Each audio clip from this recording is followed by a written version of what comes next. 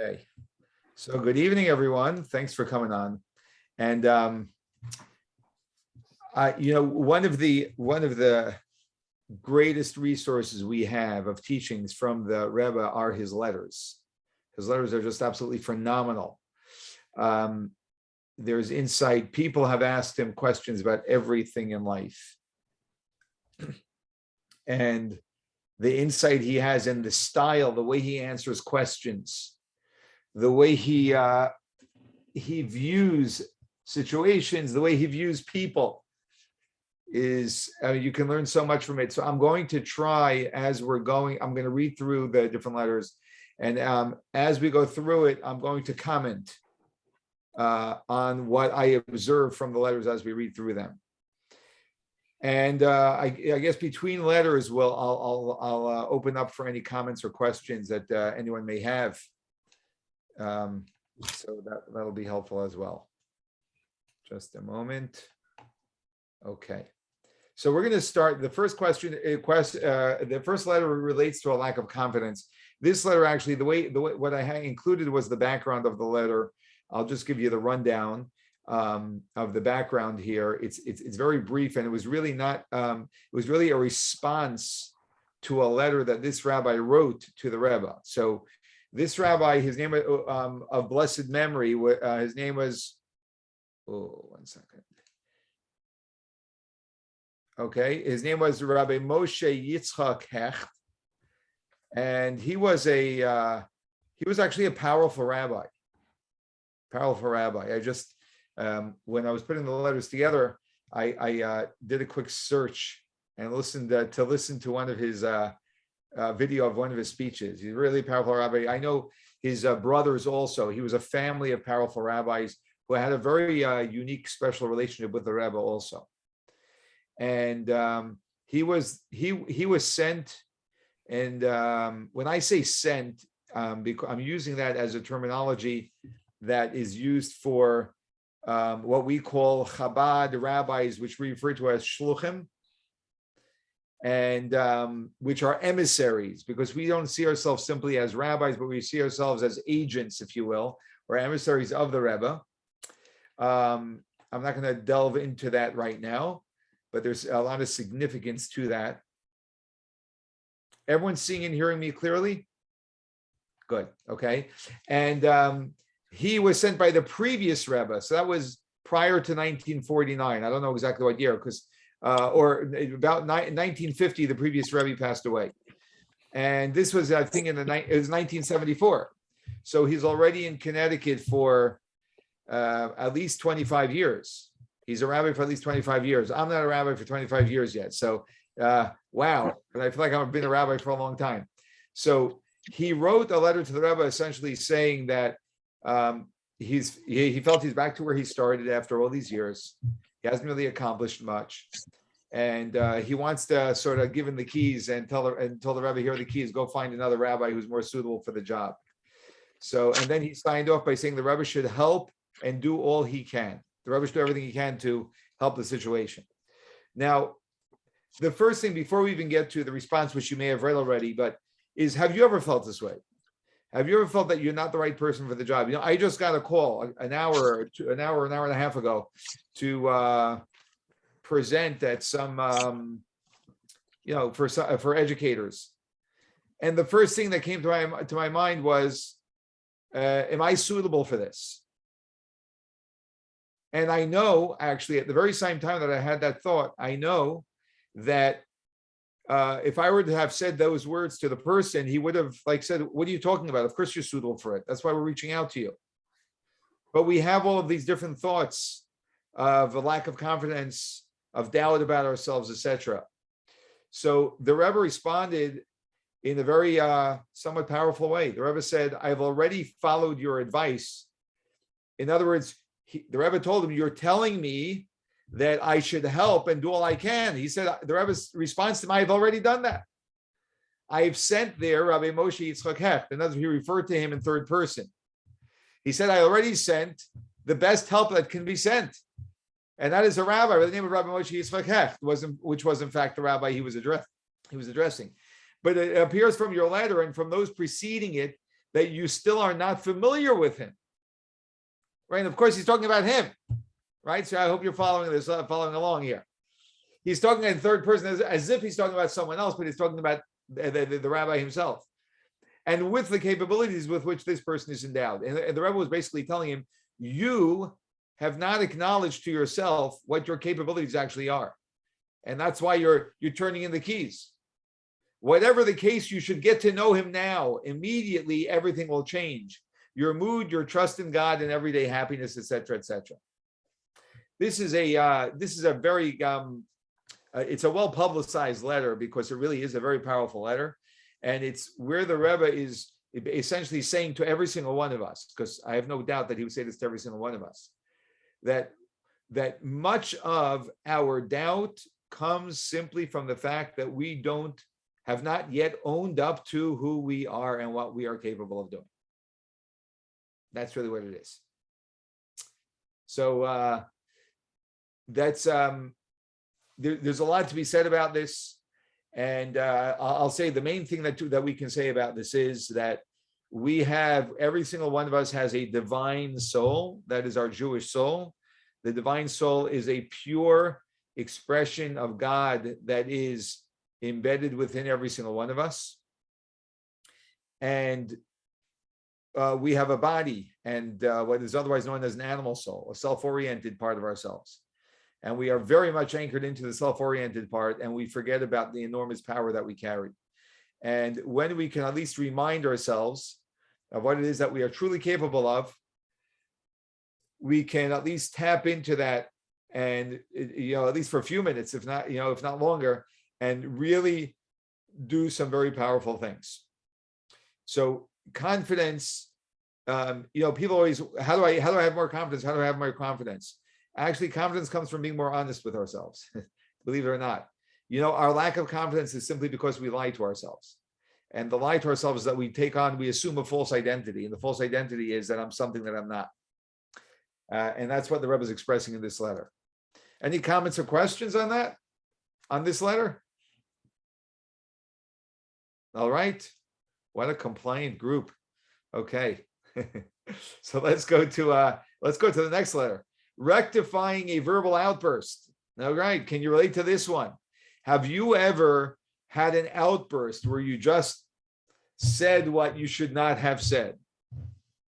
I can tell you just can't relate to it, right? So, right, we've all said things that we should not have said, and we feel bad about it. So a man wrote to the Rebbe about this, 1981, from Chicago, Mr. Anonymous. So the Rebbe writes back to him, greeting and blessing. Now we usually know, just a moment. Whoop. There we go. We usually know what someone wrote to the Rebbe from the letter that the Rebbe responds back with. That's how we can. That's how we know what the person wrote. So that's how we know what this letter is about. So the Rebbe writes, "I am in receipt of your letter in which you write about your anxiety as a result of an incident last summer involving a verbal outburst, which you think may require a special teshuvah. Teshuvah is repentance. So the person wrote to him because the person felt like there must be something special he's got to do to rectify this.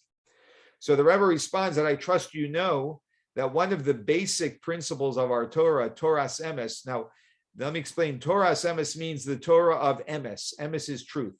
The Rebbe always would repeatedly, when they would refer to the Torah, he would very frequently then say the Torah's emes, and in which is a really valuable emphasis to remind us that the Torah is the book of truth.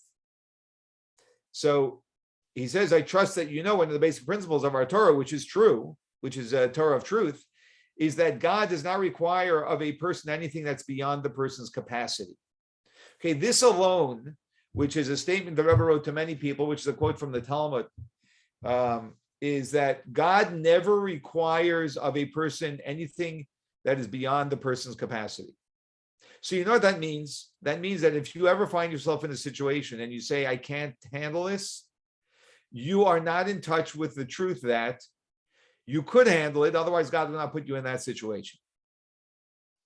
which is just goes back to our first letter about how unbelievable capable every single one of us is if we don't enter into a delusional state of mind. So the Rebbe continues, and needless to say, God knows the capacities and weaknesses of the creatures he created. And that's God knows our weaknesses better than we know our weaknesses. He created us. So it's not like one of these situations where you're saying, well, you don't really know me. No, God really knows us. He made us. He really knows us far better than we know ourselves. Including the fact that a human being is subject to moods, which sometimes bring him to say or even do things which are contrary to his real character and will. So God knows that we have weaknesses and we have moods, and that sometimes we're going to do things which are contrary, and listen to what the Rebbe writes to the person, which are contrary to his real character and will. So the Rebbe is acknowledging to the man what he's not acknowledging to himself.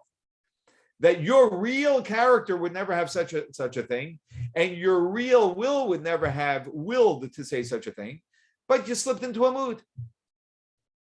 And as we're going to see, the Rebbe is not justifying what he did wrong. He's just explaining what happened and how God's very understanding of that. For this reason, God has provided teshuvah. That's why God set up this process called repentance, which is the ability to rectify anything that needs to be rectified, even to the extent of erasing the past. In other words, why did God even set up teshuvah, repentance? Why didn't God just say, do what I'm telling you to do? And if not, here's the consequence. Why did God set up repentance? Because God knows that a human being, in the way he designed us, we are going to slip up. And there's rectification. And we're going to see even more about this in a minute, the greater value of rectification, of teshuvah. Teshuvah basically calls for a sincere regret of the past failing and equally sincere determination not to repeat it. Teshuvah essentially, which teshuvah is generally translated as repentance, it actually literally means to return, which means to return to God, is really about two things. It's regretting what we did and having sincere commitment not to do it again. That's what teshuvah is. And if someone has sincere regret and makes a commitment for the future, they have done teshuvah. They have returned, they have come close to God. They have repented. And when this is done, the person again becomes beloved to God. And even more than before, and here's the key, even more than before he sinned or did wrong, as is the case of a truant child who begs his father's forgiveness, and the father embraces him more affectionately than before. You see, you may wonder, well, why did God design us to fail? Right? We're so ashamed every time we fail. And God says, I set you up to fail so that then you can rectify. Because when you rectify, you're in a much deeper place than before you rectified and before you failed. So all of this, the Rebbe is explaining to him that God knows you, and God knows you have moods, and God knows you're going to slip up, and God gave you repentance, and now you're going to be in even a better place than you were, even closer to God than you were before. Moreover, as you surely know, God has set aside special times in the year for teshuvah, such as the 10 days of repentance and Yom Kippur, so that a person should not become overly preoccupied with guilt feelings, remorse, and sadness, which are counterproductive and can only hinder, I think it's his normal activities, especially the most important activity of serving God with joy. Then the Rebbe says, saying something very powerful here, that the reason why God designated times for teshuvah is that a person doesn't spend his days preoccupied with guilt, remorse, and sadness. Why doesn't God want us preoccupied with guilt, remorse, and sadness? Because it's counterproductive to feel guilty. Why is it counterproductive to feel guilty? Because when you feel guilty or remorse or sadness, you do not function on a high level of productivity.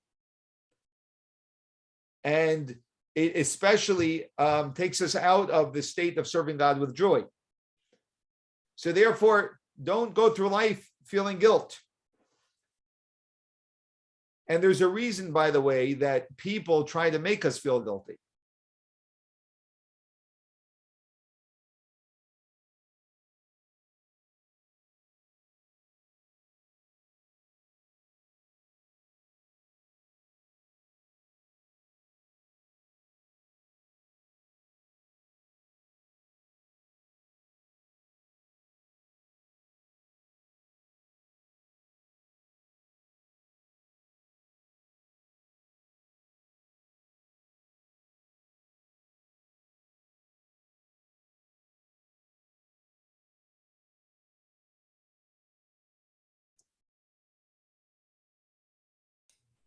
Can everyone hear me? Can you hear me now? Yeah, okay, good. I'm sorry about that. I'm not sure. You're back. Yeah, okay, sorry about that. Yeah, so my connection seems to be a little bit fuzzy tonight for some reason. I'm not sure why. Okay, hopefully we won't have too many other issues. Whoop.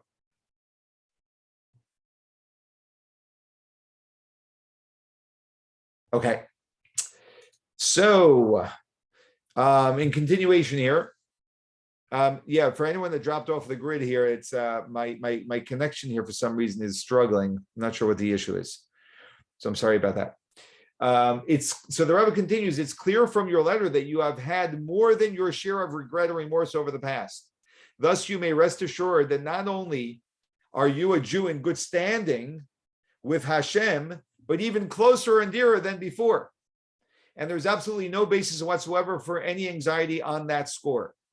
So you can completely dismiss the incident from your mind and turn your full attention to continued advancement in Yiddishkeit, Torah and mitzvos wholeheartedly with joy. I want to comment on this as well. There's something very important that I want you to notice. When the Rebbe tells him, this man, that you should no longer feel bad, in fact, you're doing better than you were before, you have to be, I want you to be very clear about something. The Rebbe is not trying to make him feel good. The Rebbe is revealing to him the true reality of his current state. You've been feeling bad about what you did, that's teshuvah, and you are now closer to God. There's a very big difference between trying to make people feel good by saying things to them which are not authentic, and showing them that they're good and making them feel good from an authentic place. So I just want to point that out also. So P.S., with regard to your request for an order of teshuvah, so the man had asked, is there something special I can do to repent?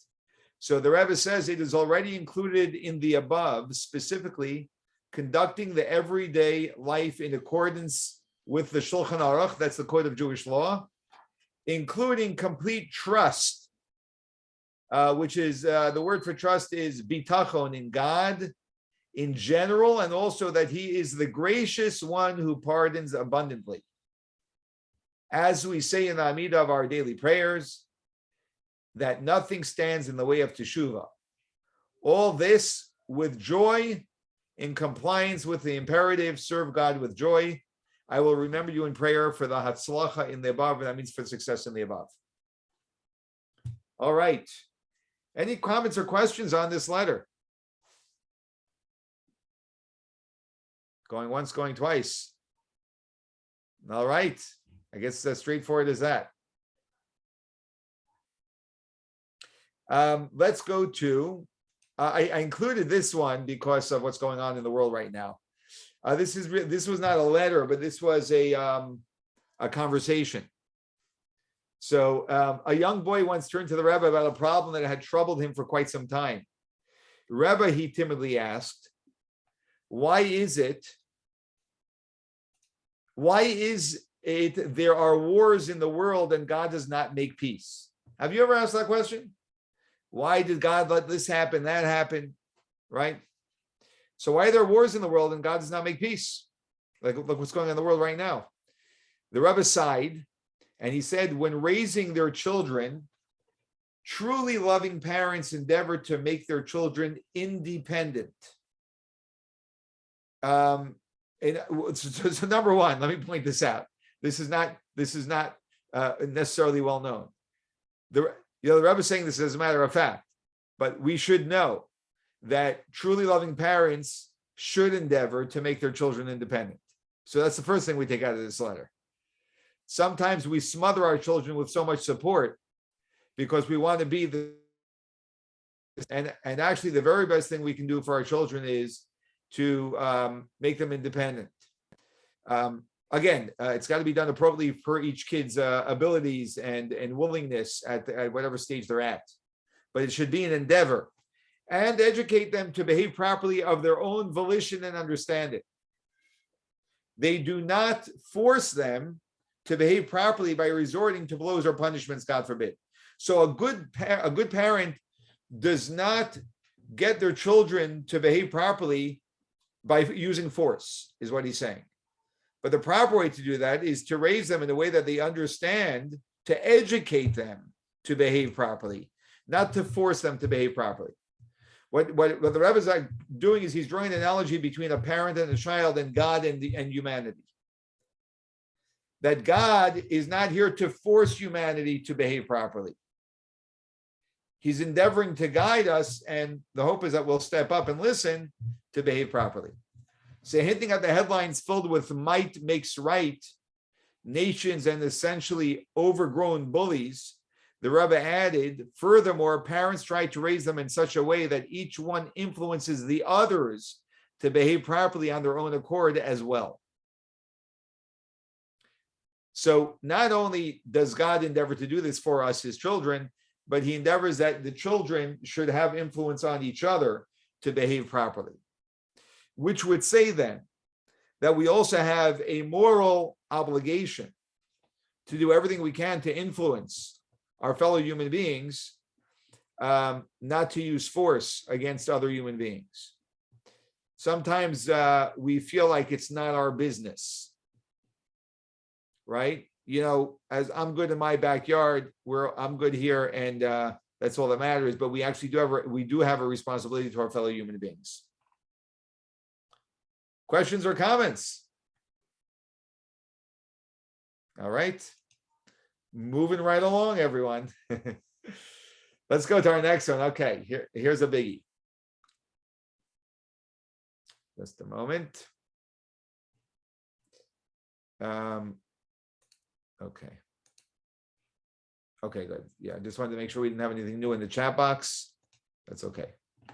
Okay, if you do have a question, I prefer if you voice it versus chatting the chat box, because for some reason my computer is responding extremely slowly. So that will be helpful. Okay, so here we have a great one, trust in God. Okay, this letter was written in 1952. This is about less than a year and a half after the Rebbe accepted leadership as the Rebbe. So he writes, greetings and blessings. I received your letter in which you describe the state of your business affairs, your considerable debts, etc., etc. You write further that you have a possibility of selling some of your properties, but that you will find yourself unable to decide alone what you should do. Above all, it appears from your letter, the Rebbe writes to him, that you are dispirited, so that as a matter of course, your trust in God has weakened. So the Rebbe says that the Rebbe is making a statement here that if someone is in a low state, right, a low state of mind, then you can know that their faith in God is weak. And my question to you is, do you see that association very clearly? In other words, if someone has faith in God, they don't enter into a low state of spirit because they have faith in God. It's that simple. A low state of spirit is the first sign that we are lacking in our faith or our trust in God. So the phrase, he continues, the phrase I just used was above all. So the Rebbe wrote, above all, it appears that your trust in God has weakened. As he explains, the reason why I wrote above all, as is stated in our holy sources in general, and the literature of Hasidus in particular, everything depends on bitachon, trust. Did you hear that one? Everything depends on trusting God. That means this is a bedrock. Trusting God is a bedrock. In fact, I am planning, God willing, I haven't planned it yet. I'm planning on planning to have a weekly a Zoom class on the gate of trust. Some of you listened to my series that I did during COVID of 21 videos, but I was asked, and I thought it was a very good idea to do a weekly series where we go through it slowly and discuss it, similar to some of the women familiar with my Tanya class, in that style. So because everything depends on bitachon, trust. A man's trust is the measuring stick to the extent to which bound and fused with the Creator. To what extent are your material affairs bound and fused with the Creator? Look at the level of trust someone has, and that's how you'll know. If this fusion is complete, it is certainly impossible for anything to be lacking. Because in the worlds above, the concept of lacking is utterly non-existent.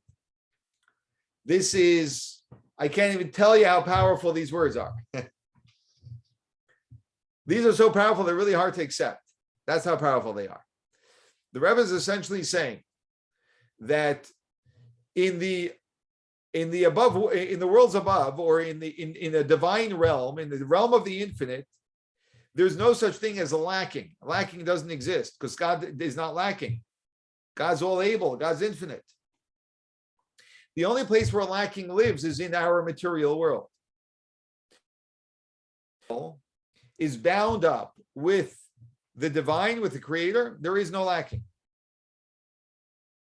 So if the fusion is complete, it's impossible for there to be lacking. Because in the above worlds, the concept of lacking is utterly non-existent. So I'm going to add also in commenting and saying that one of the really, truly beautiful things about what the Rebbe exemplified as a person is that his faith was never a concept. His faith was a reality. It was an experience. And he was a walking experience. And that's why he was such an inspiration to so many people. So, and when he writes in his letters, he writes with this level of faith. As a person, not just as a person who's preaching a concept that's in a book that a rabbi is supposed to say, but he's saying it as it is in his own life. And that's why his letters are very unique to all other rabbis' letters, because the way in which he writes it is so real. And the reason for that is because it was on that level of realness for him. So in accordance with your request, I mentioned your name and connection that it's going to get more radical, by the way. And when I say radical, I mean radical in a good way. So I mentioned your name in connection with the fulfillment of your needs when I visited the holy resting place of my revered father-in-law, the previous Rebbe. That's the Ohel, by the way. That said, since you asked for my advice, I hold that you should focus on toiling on yourself. Number one, work with yourself to fortify your trust in God to the greatest extent possible. And the only way to do that is to actually, as we're learning on Monday nights, to meditate, to think about the presence of God in our life and how God, in fact, is in control of everything, how God is not lacking, how when I am aligned with God, then as an expression of God, I will not be lacking either. And now the Rebbe continues further, and he says, in truth, having the attribute of trust means that even if according to the laws of nature, one sees no way out, right? Such as the doctor says, there's nothing we can do for you. You have 3 weeks. In one's mind, it is beyond all doubt that everything will be good in a way that is actually visible and manifest to fleshly eyes, with regard to having an ample livelihood, sound health, and so on.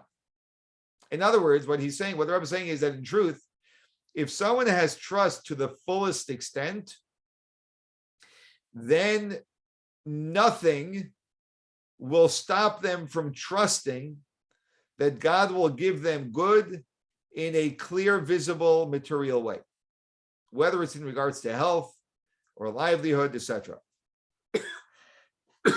From the perspective of the world above, considerations of nature are quite immaterial.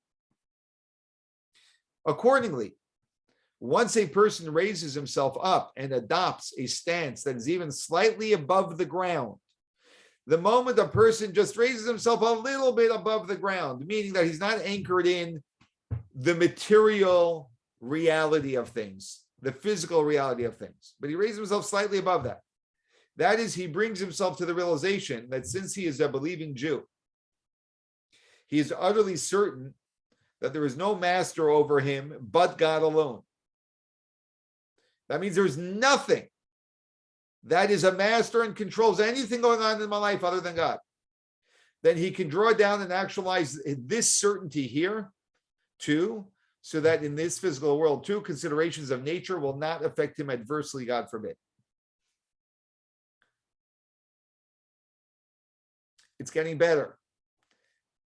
So I firmly hope to God that if you will only fortify your trust to the utmost, you will immediately see a change in the providence which governs your material business affairs, and that your situation will begin to improve and to proceed from good to even better.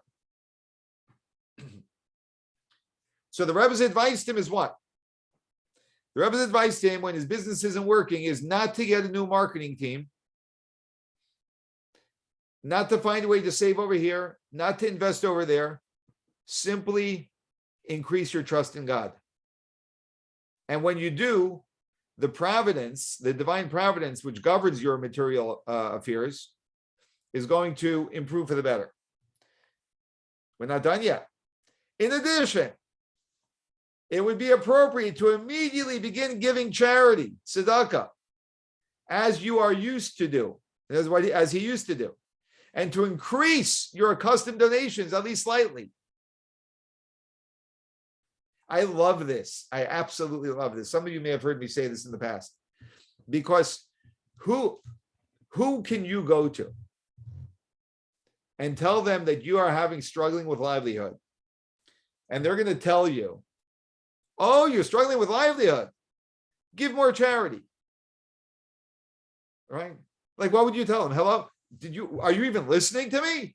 I just said that I'm short on cash. Right? And the person says, no, give charity, but don't just give charity. Give more than you used to give. I look forward to hearing good news from you on all the above. Now, the only way someone can advise this, number one, is you have to believe this, right? You have to be connected to this. And you have to be a person who realizes that the real reality is not the physical reality. The real reality, the real driver of things is the reality of God, is the reality of the spiritual, of the divine.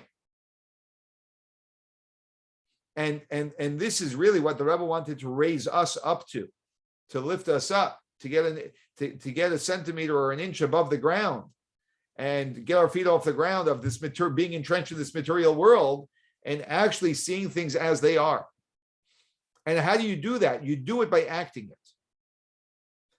Right? So what does the Rebbe say? How do you do this? Well, first the Rebbe says, yes, develop more trust, which is to develop more trust, and then live it, express it, show God in action. Even if you're still quivering a little bit in your heart, express it. I was having a conversation with a young man this Shabbos who is, raised in the hood. When I say the hood, I'm not referring to that hood. I'm referring to the Hasidic Brotherhood. We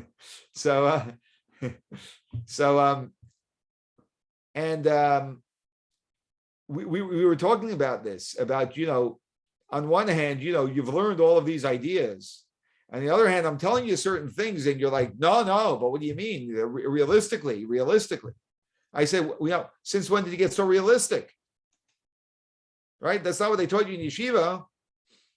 But what we learn could be a concept. And there could be a big divide between the concept and where the reality we're living in.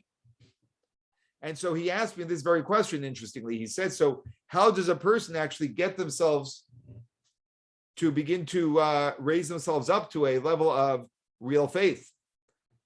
And I told him, start doing things that are an expression of real faith. And I gave him a couple of examples of ideas in the context of what we were talking about. So with blessings for material success, of course, the Rebbe concludes with a blessing to him, and may the teachings of Reb Shneir Zalman, that's the author of the Tanya, be fulfilled in your life. That God, and what was the teaching of the Alter Rebbe that the Rebbe is referring to? That God grants Jews materiality and they transform materiality into spirituality. So the Alter Rebbe taught this beautiful teaching that, and for those of you, just a second.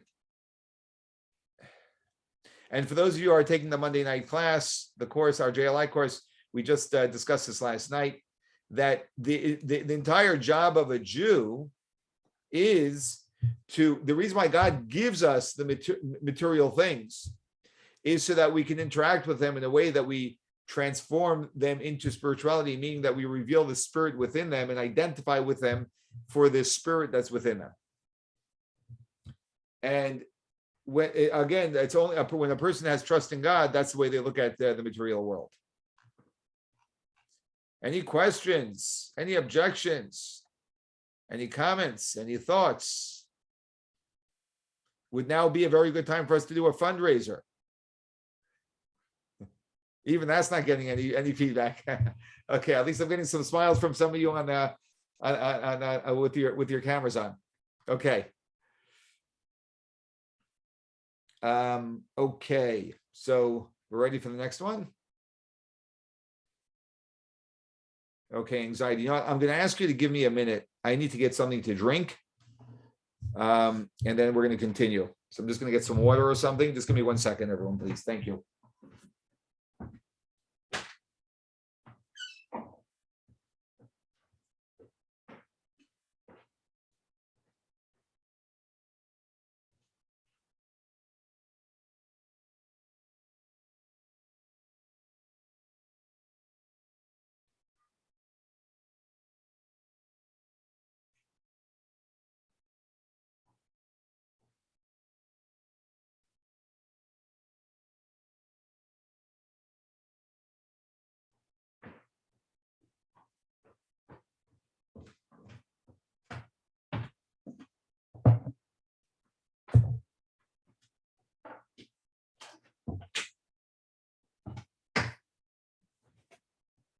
Okay, I am back.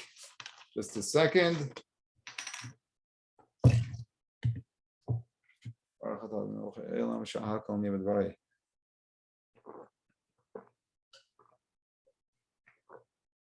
Okay, so now our next letter is on anxiety. By the way, the world is being plagued with anxiety nowadays. For whatever reason, it seems that, at least this is my observation, and I think it is accurate from experts who will say the same, who are the ones who are really dealing with it, that there's been like almost an epidemic of anxiety that the world's been affected by in the last whatever amount of years. Anxiety has shot up a lot. So this is definitely, but you know, even if it's not sometimes, you know, every one of us has anxiety, right? Questions on to what level and how frequently, but everyone has anxiety.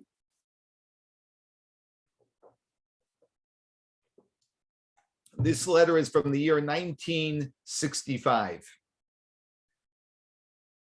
Greeting and blessing. This is to acknowledge receipt of your letter with the enclosure in which you write about your problems of acute anxiety and ask my advice. The best and most effective thing to do in a situation such as yours is to study thoroughly those sections and chapters in our sacred books where the matter of divine providence and bitachon, trust, are discussed, such as in Chovas Halavavos, Shar HaBitachon, and similar. That is actually the gate of trust. So that's why it's so important it would be so important to study it. And I want to make a comment here. You know, a lot of times I find that we are in self-help mode. So the same way we go to you know, we shop for books or whatever else, whatever we use to find our self-help. And very often when a person is engaging in the pursuit of self-help, we are looking for an outcome. And that outcome is, I want a certain result. I want to know what will give me that result.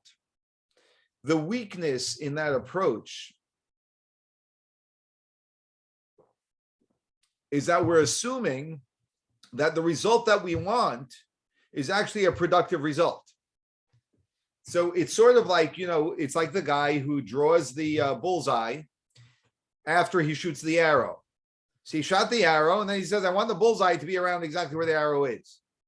So it's like, I know what the result I want. And now how am I going to be able to design something to give me that result? Well, maybe the entire result that you have, that you're seeking, is the very problem itself.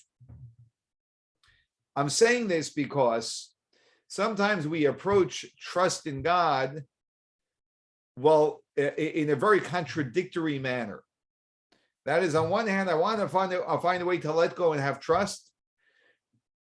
On the other hand, I don't want to give up my life in any way, shape, or form, and really acknowledge that there is a creator to the world who put me here for a purpose.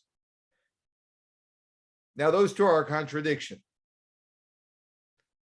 So I can't come into the idea, I cannot truly, deeply engage with the idea of trusting in God unless I'm really willing to slowly, could be like in baby steps even, but slowly let go of the idea that things have to be my way and begin to accept that if I'm trusting in God, I have to let go of my way and trust in God's way.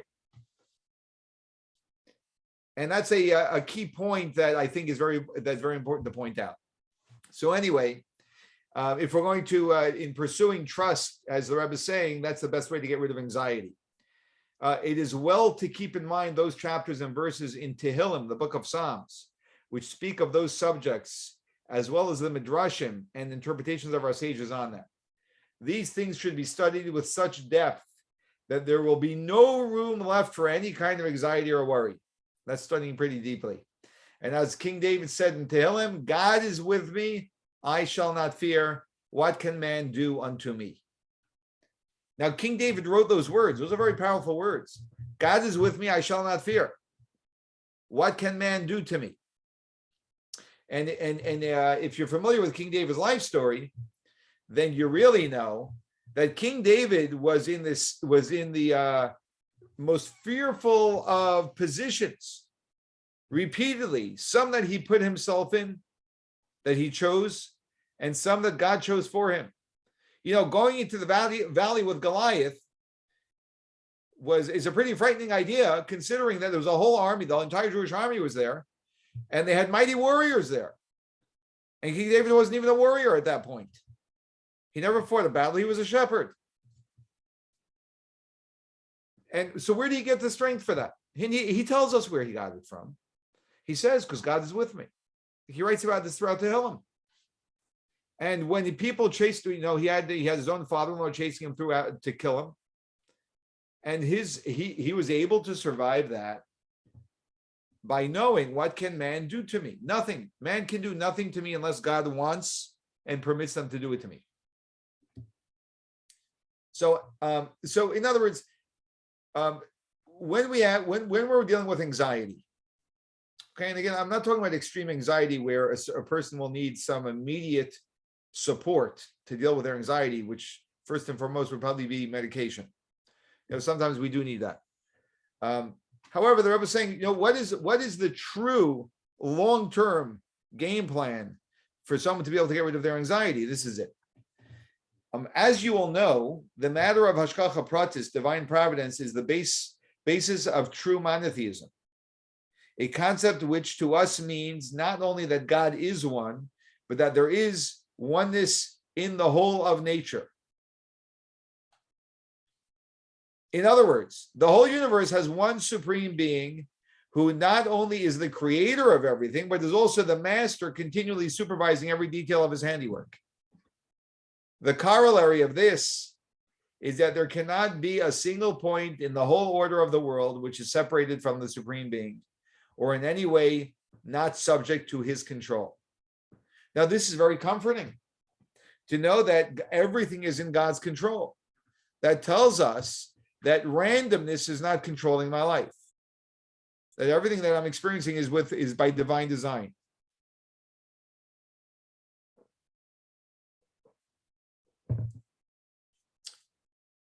And I'm gonna let me add also by saying, a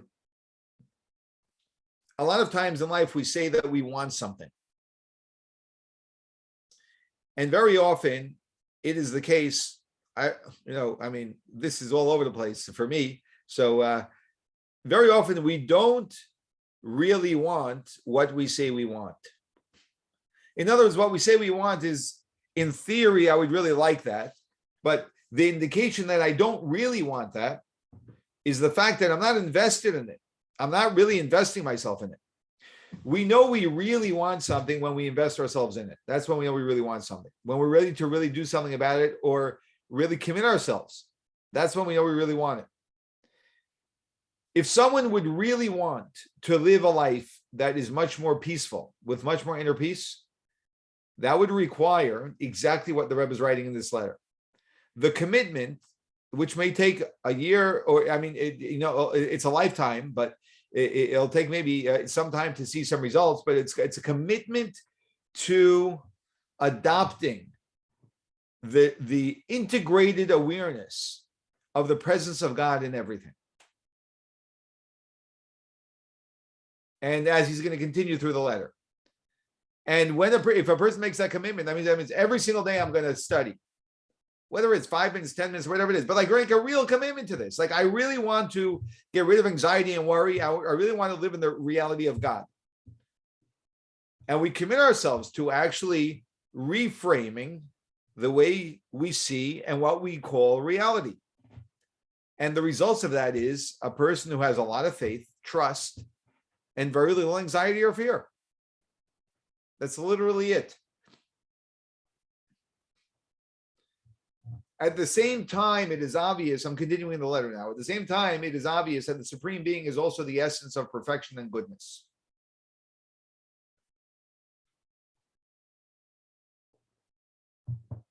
And although many things in the world seem imperfect and require completion or perfection, there can be no doubt that there is a perfect order in the world, and that even the lowest in the scale of creation, namely the inanimate things, display wonderful perfection and symmetry, as can be seen from the atoms and molecules of inorganic matter, in the symmetry that they work in, which is really amazing. Hence, the conclusion must be that even those things which require completion are also part of the perfect order. God designed the world in a manner in which we need to complete it, and necessary for the fulfillment of the good, as all this is explained at length in the teachings of Hasidus. It is explained there that in order for a man to attain perfection, it is necessary that he should also have the feeling that he is not only on the receiving end, but also a contributor, and according to the expression of our sages of blessed memory, a partner in the creation. This is why many things have been left in the world for him to improve and perfect.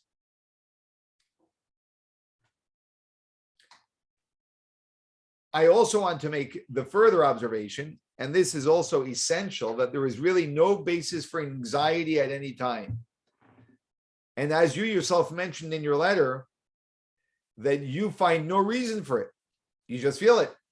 Even in such cases where you think you know the reason for your anxiety, the reason is undoubtedly imaginary, or at any rate, not the real cause.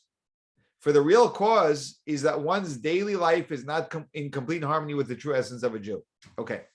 The Rebbe is going to say another, what I'm going to refer to as a radical statement. Now, when I say radical, I don't mean radical as the way it's normally used. I mean radical when I say radical, I mean in the sense of taking a stand for what is truly true. Okay, and that is, the Rebbe gets to the very core of the source of anxiety, discomfort, a lack of peace that we have within ourselves. And he's getting to it right now. He's going to express it. So in such a case, it is impossible not to have an awkward feeling that things do not seem to fit somehow. And it is this disharmony which is at the bottom of the anxiety, and it is in proportion to the discrepancy between his way of life and his true natural self. Okay, so the Rebbe is saying that there's a true natural self that every one of us has.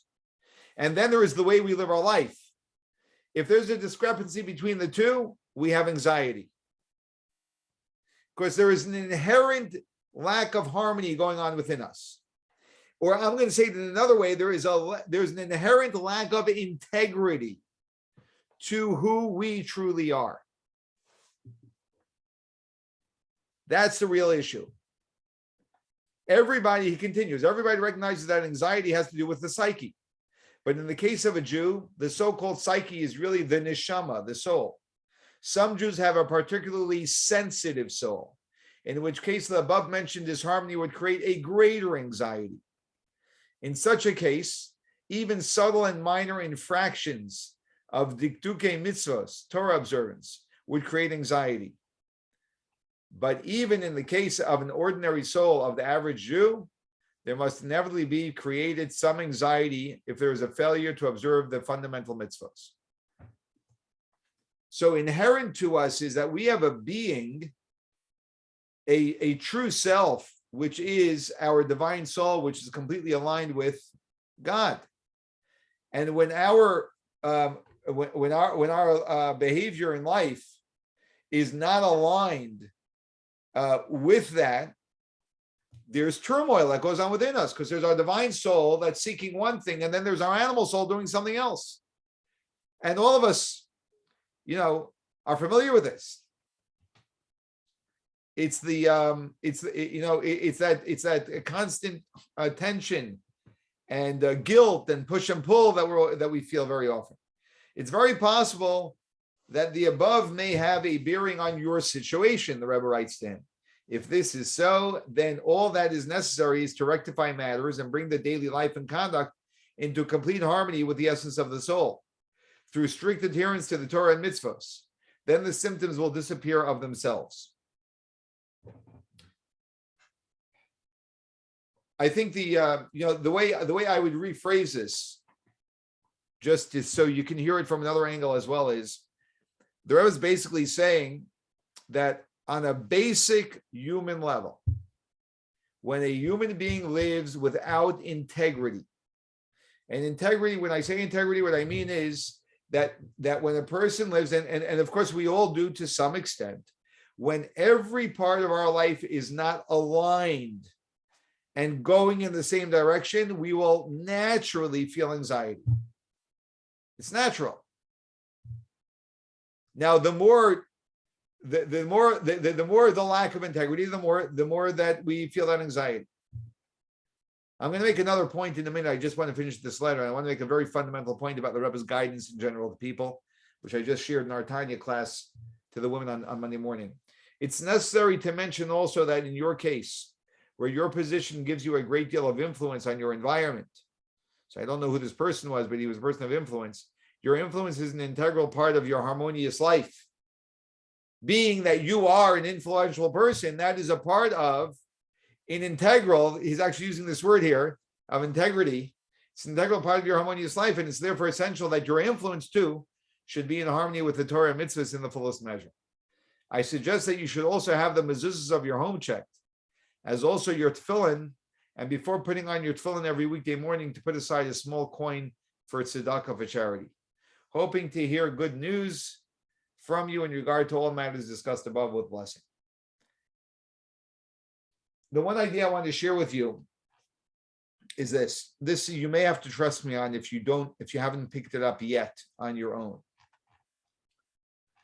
And that is that all of the writings that the Rebbe writes, including this letter, where the Rebbe is explaining to the person where their anxiety is coming from, the Rebbe is writing it to them without an agenda. That means that the Rebbe does not have an agenda to make people religious. He has an agenda to tell every person what it is that will best serve them. And that's why when a person writes a letter to the Rebbe about anxiety, he says, I'm just going to explain to you what I know to be true about anxiety, the source of it. So in other words, the Rebbe is telling him to observe Torah, to study Torah and observe mitzvahs, is not because the Rebbe has an agenda to get him to. It's because the Rebbe knows this is the very best thing for that person. Now, when you have the ability, when someone has the honesty, the integrity, to be able to speak to people from a place of care for the other, not agenda of my own, then your advice is heard much more readily from the listener. And that's one of the great gifts that the Rebbe had, of genuinely being concerned for the person in front of him, not for any other agenda. Any questions or comments? All you have to do is unmute yourself and share it if you have one. Okay, so we just have a few more minutes left here. So what I'd like to do is, 1 second, let me just see quickly. Truth and bias. Let's do truth and bias, okay? So it's a little bit of a longer letter, but let's do it. 1978, peace and blessing. This takes us in a little bit of a different direction.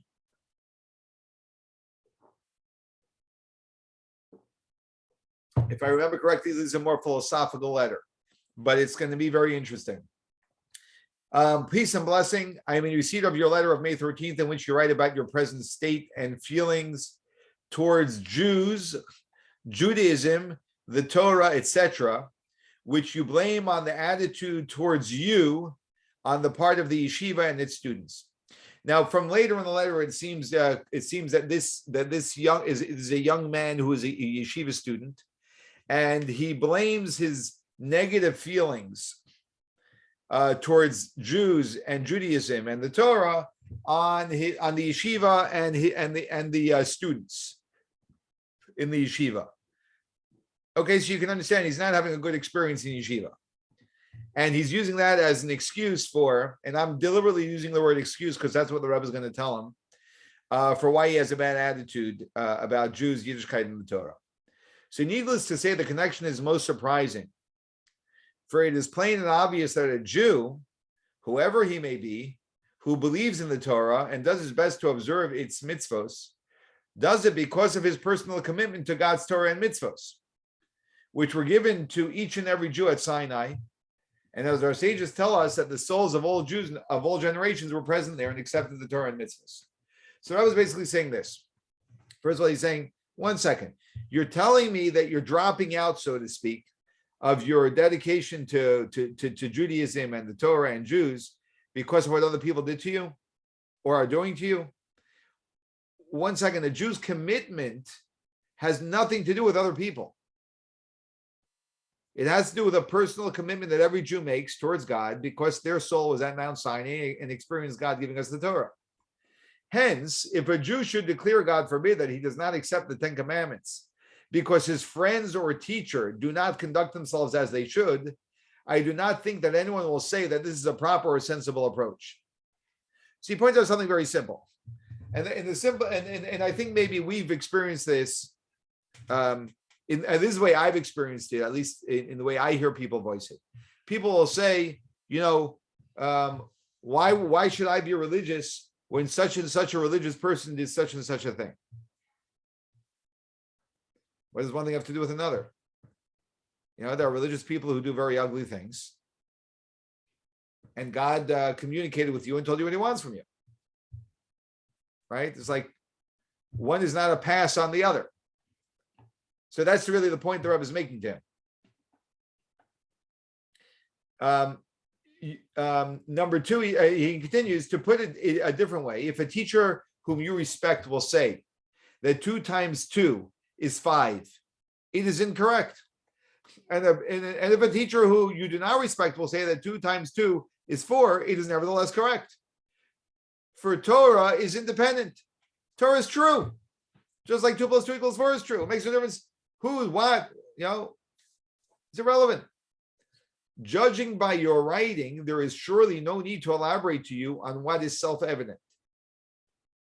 As for you, your complaint about your friend's attitude toward you, it is also clear that neither I nor anyone else can make a judgment on this without first hearing what both sides have to say. The Rebbe says another point there, and the Rebbe is going to belabor this point a little bit. Says that, look, I can't comment because I didn't hear what your friends have to say. So really, without hearing 2 sides of the story, I can't get involved in this. Now, let us assume from your point of view that you have reasons to complain. Let's assume you're right. You have reasons to complain. Surely you know and must have seen yourself from other situations where people have a disagreement that in every dispute between 2 people, it is impossible that one should be 100% right and the other 100% wrong. It would be rare indeed if it ever happened, although one does not have to be 100% right to win his case. And 99% against one is also sufficient. So the Rebbe says, I just want to point out that there probably is some merit on the other side, even though you may have much more merit on your side.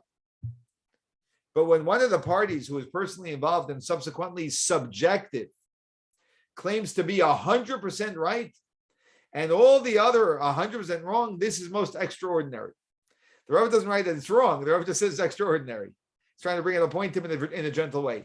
Don't you think that someone who examines the whole situation objectively may find you also wrong, at least to the extent of 1%? If this be very likely, how is it that you don't mention anything about it in your letter, and not even by as much as a hint? So the Rebbe is really telling him something very profound. The Rebbe is saying, why don't you at least own up to the small percentage that you're contributing to the problem? In other words, the Rebbe is basically telling him in a very nice way, there's too much dishonesty over here. If you were to come to me and say, look, I did this, but what they did was too much. So now you're communicating honestly. But the way you're communicating is completely dishonest. All that has been said above is by way of response to your writing, dealing with the letter as distinct from the spirit. The crucial point, however, is that suffice it to consider the fact that Yiddishkeit, Torah, mitzvahs, and the Jewish people have survived 3,500 years of persecution, pogroms, and the Holocaust, and yet our people are alive and thriving to this day, while many powerful nations and civilizations have disappeared without a remnant.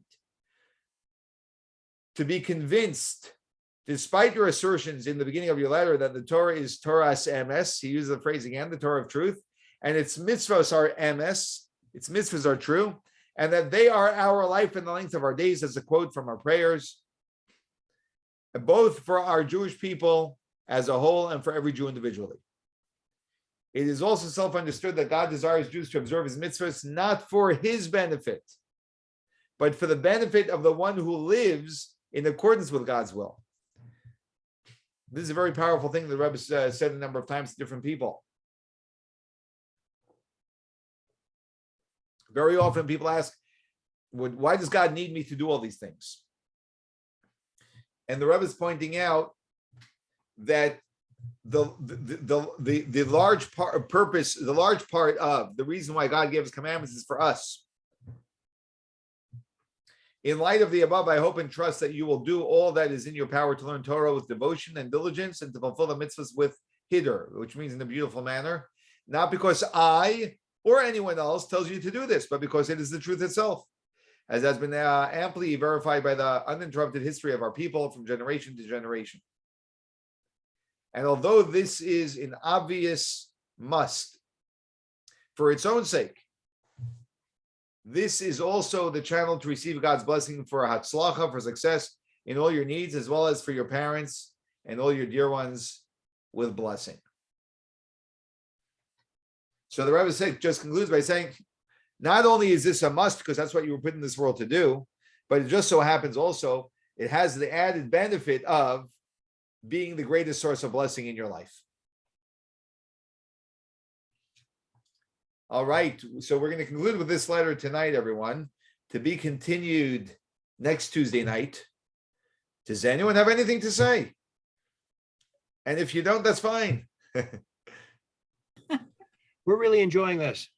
Oh, fantastic. Thank you. Yeah, a little feedback. very much. Thank Great. you. I guess I'm surprised at the types of letters that went to him with very kind of everyday questions that he would take the time to answer these questions. Yes, yes. It's amazing. And the more letters you go through, the more you see the gamut, the broad gamut of issues that the Rebbe addressed. I mean, really so many things, political issues that people brought to him, communal politics, all different types of human challenges, spiritual challenges. I mean, it's endless. Parenting, marriage, divorce. Yeah. Yeah. Yeah, any other comments from anyone?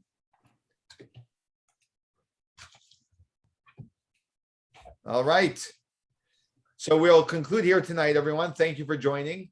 Thank you. And Thank you. yeah, you're very welcome. Same, and we'll be Thank you, using the Rabbi. same. Thank you, Stan. Great to hear from you. We'll be using the same link next week. So just hold on to the link. And if I'll probably add a few more letters. I'm just looking at how much we covered tonight. We made it a few more for next week, and I'll send you the revised PDF. Great. Okay. Okay. All right, Okay, fantastic. thanks. Good night, everyone. Thank you. Good Thank you, night. Rabbi. Night. Thanks, Rabbi. Night, Howard. Good night, Howard. Good night, Karen, Harris. Howard, everyone loves seeing you. Sure.